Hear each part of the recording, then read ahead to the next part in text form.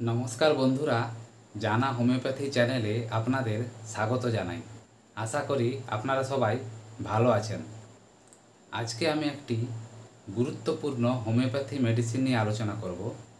যে হোমিওপ্যাথি মেডিসিনটা আগেও অনেক ব্যবহার হয়ে এসছে এবং বর্তমানেও প্রচুর ব্যবহার হচ্ছে। সেটি হলো মার্কসল 30।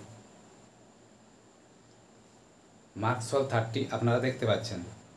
আমি এই ওষুধটি কোন কোন রোগে ব্যবহার করবেন আপনারা, সেগুলো নিয়েই আমি এই ভিডিওটি আলোচনা করব। তাই আপনারা ভিডিওটি স্কিপ না করে সম্পূর্ণ দেখতে থাকুন, তাহলে ক্লিয়ার বিষয়টি বুঝতে পারবেন। তাহলে মূল টপিকে আসা যাক। প্রথমত, এই মার্কসল সেই সব পেশেন্টদের জন্য খুব ভালো যাদের মুখ থেকে লালা ঝরে, বিশেষত রাত্রিবেলা ঘুমিয়ে গেলে যাদের লালা অনেক বেশি লালা ঝরে, তাদের জন্য এটি খুব ভালো ওষুধ। এবার আসি, যাদের মুখে খুব দুর্গন্ধ হয়, কথা বললে পাশে দাঁড়ানো যায় না, এতটাই মুখ থেকে গন্ধ বেরোয়, তাদের জন্য এই ওষুধটি খুব কার্যকারী।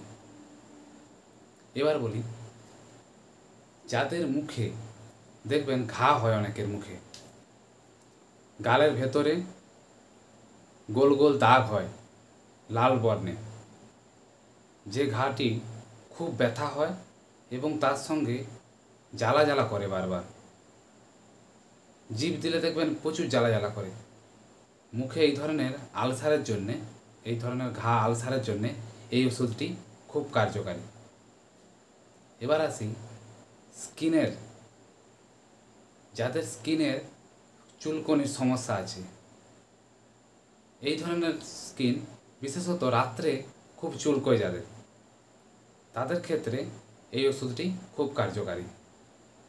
এছাড়া আর কাদের, যাদের দেখবেন কানে ব্যথা হচ্ছে, ব্যথা আবার রাত্রে বেড়ে যাচ্ছে, এই ধরনের পেশেন্টের ক্ষেত্রে এই মার্কসল ওষুধটি খুব কার্যকারী।